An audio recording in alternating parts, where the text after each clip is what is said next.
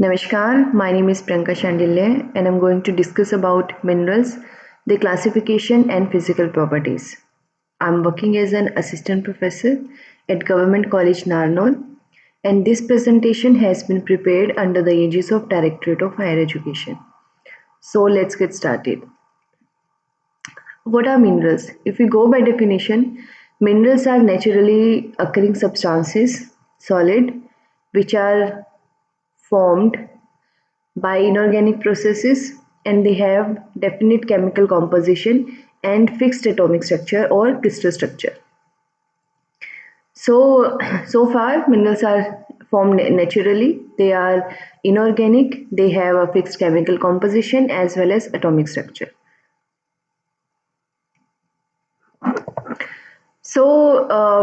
If we want to classify minerals, there are thousands, there are more than 3,000 variety of minerals.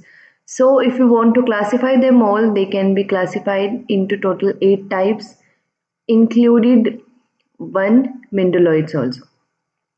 So, this is called the Dana system, and it includes native elements, silicates, oxides, sulfides, sulfates, halides, carbonates, phosphates, and mineraloids.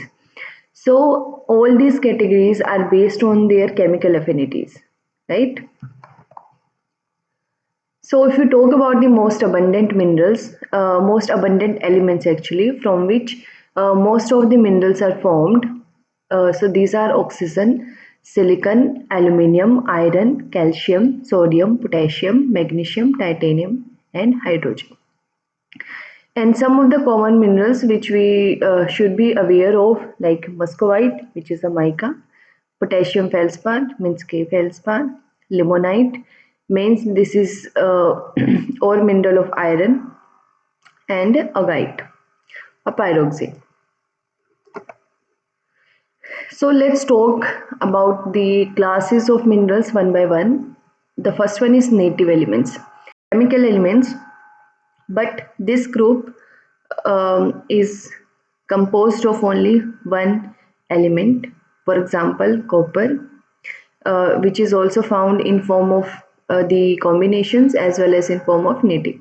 So and of course gold, which is found as the gold nuggets. So the metals which are found in the form of native elements, these are bismuth, arsenic, antimony, and there are some non-metals also like sulfur and carbon. And carbon has two polymorphs, graphite and diamond. Okay. So there are some. There is the list of native elements like sulfur, diamond, graphite, gold, silver, copper, and platinum. So next category is silicates. Silicates are the most widespread of the minerals, means they are most abundant rock forming minerals, which are the part of rocks, not the part of the ores only. So they are made up of oxygen and silicon, the number one and number two most abundant elements in the earth crust, like we just discussed. So by themselves, they make up to 90% of the weight of Earth's crust. So most rocks are composed of silicates. So the quartz family of minerals, for example, are the most recognizable of this class. Rose quartz, smoky quartz, and all of the agates. Okay. So talking about silicates further, there are two forms of silicates. If we broadly describe silicates, so one is felsic, second one is mafic. Felsic means where fel stands for feldspar and sic for the silica. So this category of minerals contains feldspar and the silica means quartz. So they are found in granites and lighter in weight and color than the other silicates because they have less iron and magnesium. Examples are quartz, mica, and K feldspar. In mafic minerals, mafic silicate minerals, what happens? They are formed of Ma plus Fic, means magnesium and iron. And the examples are olivine pyroxene, They are relatively dense and dark, and they are called ultramafic also, olivine and pyroxene only. But plagioclase are called mafic. Plagioclase felspar are mafic silicates that have calcium and sodium as part of their chemical composition. Means they contain they don't contain the magnesium and iron only, but they contain calcium and sodium also, and they comes under the category of mafic silicates. So if you talk about silicates, the classification can be done on the basis of structure also. And the class of mineral has a very basic component which is called SiO4, means silicon tetrahedron. So silicon tetrahedron is a triangular based pyramid. The structure of silicon tetrahedron is such. So the oxygen atoms occupy the corners of the tetrahedron, like here the blue balls, and with the silicon atom in the center. So these blue balls are actually oxygen, and there is another atom at the center which we cannot see because that within the pyramid at the center is silicon atom. So the arrangement of this basic shape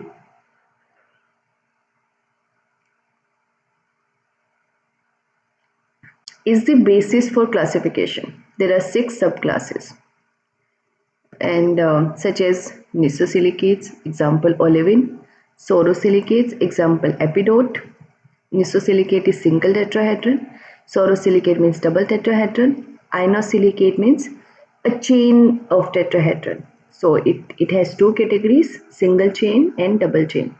Single chain, example of single chain is pyroxene, and example of double chain is hornblende. Silicates. Further, the remaining 3 types are cyclosilicates, which makes a ring, example is beryl; phyllosilicate, which makes a sheet, example is mica; tectosilicates, which are actually complex structure, which makes framework, example is quartz and feldspar. So we can see this is mica, uh, which forms sheet structure of silicates, and quartz, which is a complex structure and which makes a framework. So there are one more example of silicates, K feldspar, means potassium feldspar, which is of orange color and has tabular form, which can be seen clearly over here. And this is a quartz crystal, hexagonal quartz crystal. So silicate minerals, as I told earlier, composed of silicon, Si4 plus, and oxygen, O2 negative, and some positively charged metal ions to balance the charge. Oxides.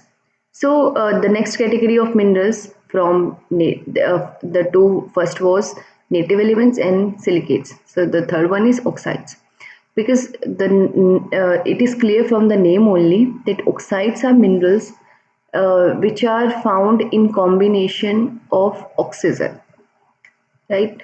So as well as hydrogen sometimes. So this is a large group of minerals that occur in most geological environments and rock types. They span a wide range of characteristics from common metal ores to precious gems. For example, hematite, which is an iron ore, and it belongs to the class of minerals of oxides. Cassiterite, which is a tin ore. Rutile also is an oxide that is used to produce titanium, and which is both stronger as well as lighter than the steel, and it has been it has been very useful to make missiles and aircrafts. So next, in the same category of oxides, some other examples like quartz also, which overlaps in both of the classes of minerals, oxides and silicates, with the formula SiO2. Silicon dioxide is one of the most abundant minerals on earth, and the quartz family includes quartz, amethyst, rose quartz, as I told earlier, and all of the agates. So corundum is also one of the oxides, which is the second hardest mineral except the diamond, and produces both rubies and sapphires, the gem varieties of corundum, and the mineral is as shown here. So some other oxides minerals, corundum, the gem variety can be seen here, and limonite, which is an iron ore, and magnetite, which is also again an iron ore. The sulfides. Sulfides, as clear from the name only, with the combination of sulfur. So many of the words primary metal ores belongs to this group of minerals, and the chart on the next slide will describe their uh, types. Cinnabar, which is an ore of mercury. So this bright red mineral crystallizes around hot springs or hydrothermal veins. It contains up to 85% of mercury, and this is the primary source of mercury metal. Next is galena. Galena is an ore of lead, and it is a compound of sulfur and lead. The formula is BbS. It contains about 10% of lead, as shown. The galena has been pictured here. Next is chalcocite. Chalcocite is the richest of copper ores, containing about 80% copper, and it is a rare mineral, and most of the known deposits have been mined out. So now chalcopyrite is the another sulfide, which is the primary source now, and it contains though it contains smaller percentage than chalcocite, but still it is widely distributed. Next is fellorite, ZnS, which is an ore of zinc. So there are some pictures of the ore minerals like pyrite, iron ore, galena, lead ore, and zinc sulfide, ZnS, argentite, AgS, and the chalcopyrite, copper ore. Okay. The sulfates. Sulfates are made up of one or more metals in combination with sulfur and oxygen. The sulfur and oxygen atoms form a unit with one sulfur atom in the center and four oxygen atoms forming a square. These atoms form a tetrahedron crystal pattern. The chemical formula for this combination is SO4. This class of minerals tend to be evaporates or forms from volcanic gases, and as a group they are soft and pale in color and sometimes transparent or translucent. So here transparent and translucent means light can cross the mineral. So there are many minerals in sulfate group, but most are rare in occurrence, like anhydrite, barite and gypsum are minerals that are common, but other than that the other sulfurs are not so common to be found on earth crust. Example, gypsum and barite. The formula of gypsum, which is uh, CaSO4.2H2O. Okay, gypsum is well known to make plaster of Paris, which is used in the decoration of ceiling. So gypsum is very famous mineral here for the construction purpose. Okay, the next category is halides. Halides are formed by combining a metal with one of the five halogens like chlorine, bromine, fluorine, iodine, and astatine. So many of these compounds will dissolve in water. Because of the solubility, they usually occur only under special conditions. The very best example for this category of minerals is the rock salt, which is the chemical formula for rock salt is NaCl. So it is so common that it is found in huge deposits all over the world. It is a mineral that has many uses, including making table salt.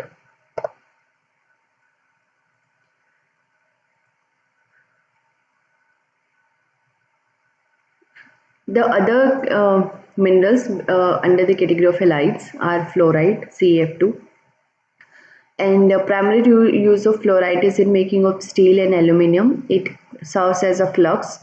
Fluorite is a popular specimen mineral for collectors. So it comes in nearly every color of rainbow, sometimes several colors in the same piece, which create a very appealing appearance for fluorite. Silvite with the chemical formula KCl, which is similar to halite, and there are huge bed deposits by ancient seas of silvite, and because it contains potassium, so it is used as fertilizer. Carbonate minerals are composed of positively charged metal ions joined with carbonates, CO3 2 negative, and the examples are calcite, CaCO3, dolomite, MgCa, CO3, means the mineral with calcium and calcium plus magnesium. Phosphates. So the phosphate minerals contain phosphorus and oxygen in 1:4 PO4 in the form of PO4. So there are over 200 phosphates, but the most common use of phosphate minerals is for fertilizer. It is also used as supplemental animal feed, food preservative, and in cosmetics also. Fungicide. So phosphate minerals are turquoise and apatite with the presence of water molecules in turquoise also, and in apatite also OH group may present. So the last category is mineraloids. Mineraloids is the term which is used for those substances that do not fit any of the 8 classes mentioned so far. Like there are some variety of gems like opal, amber, the mother of pearl, all belong to unofficial class called mineraloids. They are created from organic compounds because they do not qualify the definition of minerals which are inorganic in nature, or like crystalline, they do not form any crystal that would qualify them to be real minerals. So mineraloids are opal and amber. So now, because we have discussed the classes of minerals and their uses also, let's move to physical properties. Physical properties are important because with the help of the physical appearance, we can identify minerals in field as well as in lab. So it is very important to have a first hand on some of the common minerals which can be identified easily and most abundant within the earth crust. So let's talk about the very common physical properties and which are important also to identify minerals. So first of all, there is an example how we can list the physical properties. Let's take very common mineral quartz. So the first property, crystal shape or crystal structure. So that will be hexagonal. The crystal of quartz will be hexagonal. Luster will be non-metallic, vitreous, and streak, no streak. Hardness will be 7. Cleavage, no cleavage in quartz. Fracture, conchoidal, and specific gravity is 2.65. So these are the physical properties which we need to find out what are the different terms has been used here, and uh, what are the different terms have been used here, and these are the physical properties specific to quartz. So first one is crystal form or crystal shape. This is the outward expression of a mineral's orderly internal arrangement of atoms, means how atoms are arranged, and with the help of those arrangements mineral will have a outer look, and that outer look can be a diagnostic property of some of the minerals. For example, in case of calcite, the rhombohedral structure of calcite is very diagnostic to identify calcite mineral, and of course the cubic shape of a rock salt or halite results from the regular arrangement of sodium and chlorine, as shown here, atoms forming the crystal.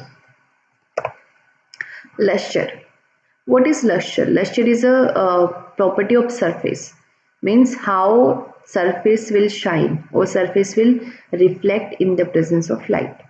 So luster is the way light is reflected from the surface of the mineral. It is the way a mineral shines or does not shine, whether it is dull or shiny. So minerals can have metallic or non-metallic luster, and there are other varieties also, like quartz has vitreous luster. Vitreous means the luster which is similar to the luster of glass. Hematite occurs in both metallic and non-metallic varieties, and this is the metallic luster and this is the non-metallic luster. So next property is color. Color can't be considered to be very diagnostic property because there are minerals which are found in different colors, the same mineral in different colors, and there are minerals which are different but found in same colors, like white. There are many minerals which are white, and blue. There are many minerals which are blue in color. So color can't be diagnostic to all the minerals, but to a few minerals like sulfur, which is always found in yellow color. So this is always a distinguishing property for sulfur only, not for other minerals.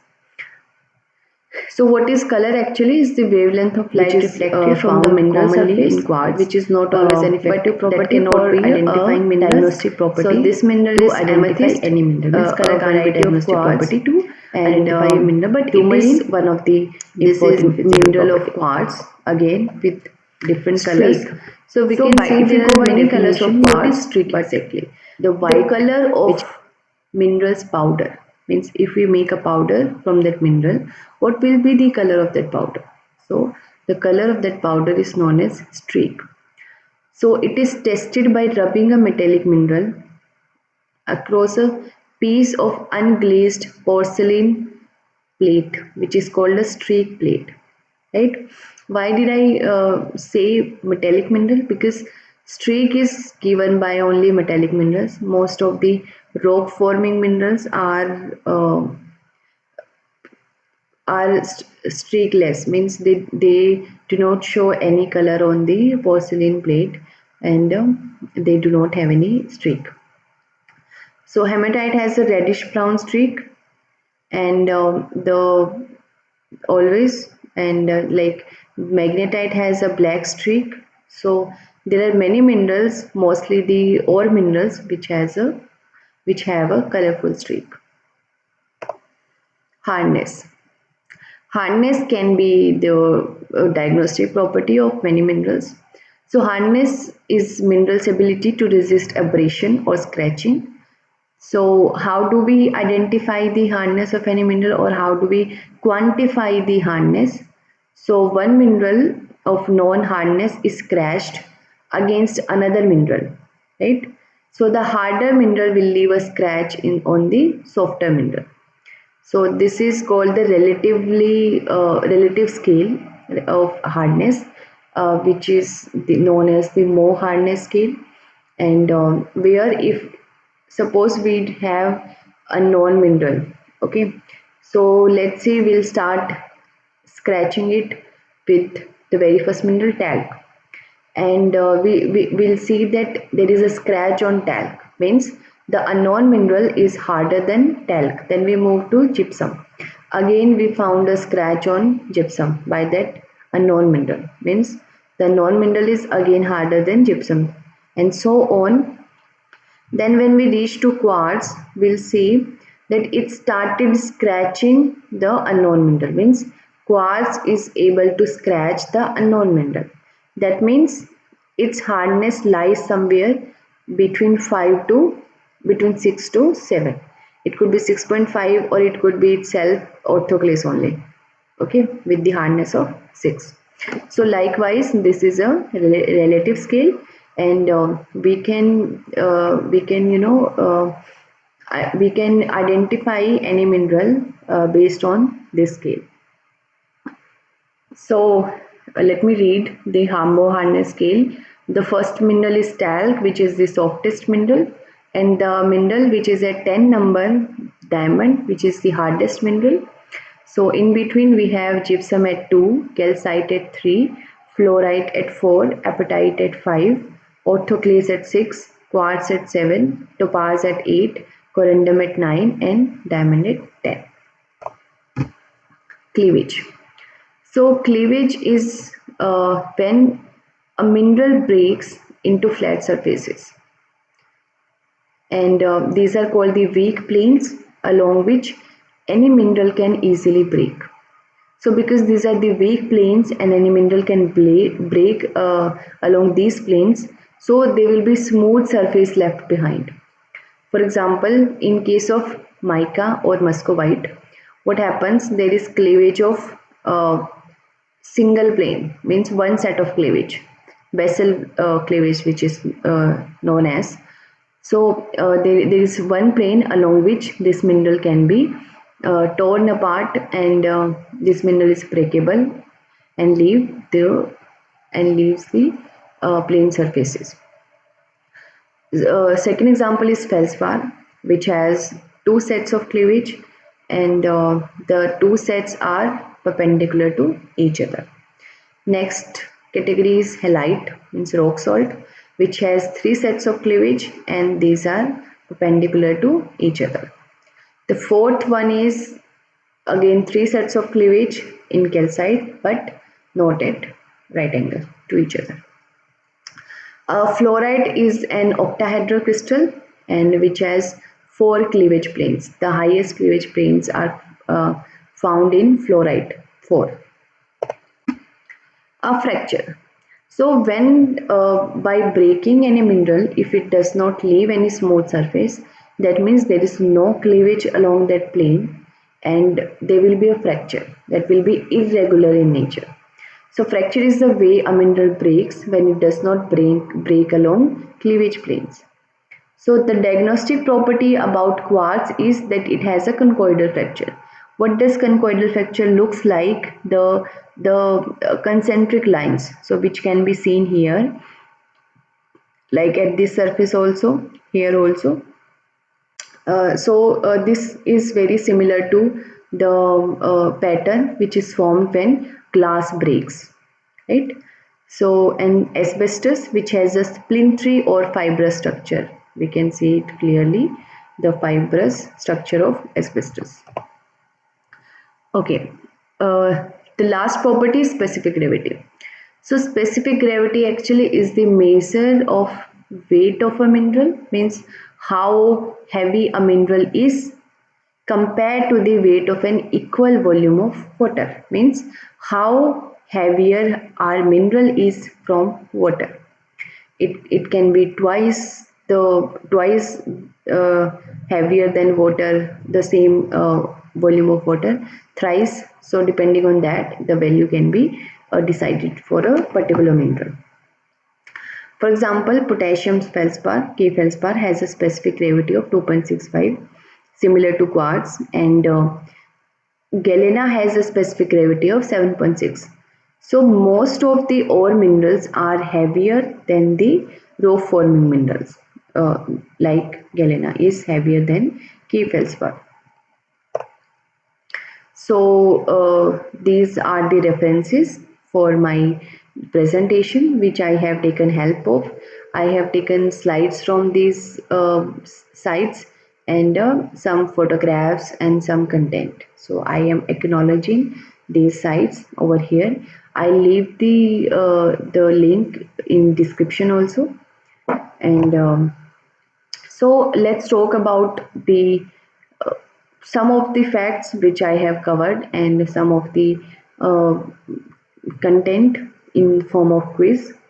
So there's 10 questions. I think so far you have all the answers, and let's have a look again on my presentation. Where did I start from and where I am ending. So I started it with the mineral classification and physical properties. So first, definition of minerals: naturally occurring inorganic substances, definite chemical and crystal structure, chemical composition and crystal structure. Then classification of minerals, some common elements and the some name of minerals. So within the classes of minerals, the first category is native element, second is some native elements, second is silicates, some facts about silicates, types of silicates, then example of silicate minerals, then next category is oxides, example of oxides, and sulfides, then example of sulfide minerals, then sulfates, example of sulfate minerals, halides, and then carbonate minerals, phosphates, phosphate minerals, mineraloids. Then I covered physical properties of minerals. So these are the properties which are important to identify a mineral in field as well as in hand specimen. So we should be very well aware about some of the diagnostic property of minerals, and this is how we describe a physical property. Okay. So now let's move to our quiz. Okay. So the first question is, minerals are natural substances. So you need to answer this question as yes or no, means true or false. Minerals are organic or inorganic, you know it very well. Color is always a diagnostic property of minerals, whether this statement is true or false. Diamond is an option of which category of minerals? Carbonates, sulfides, sulfates, or native elements. Quartz hardness is number, at what number? At Mohs hardness scale. Corundum is a or an mineral, means category of minerals, whether it is halide, sulfate, sulfide, oxide, or native or carbonates. Halide has how many sets of cleavages? Hematite has a dash color of streak. The hardest mineral is what? You need to note it down. And then crystal shape of halide is what? Okay. So with this, I would like to summarize, or I would like to end my presentation. And thank you so much for listening. And this is my contact details. This is my email ID. If you have any doubt, you can write to me. Thank you so much.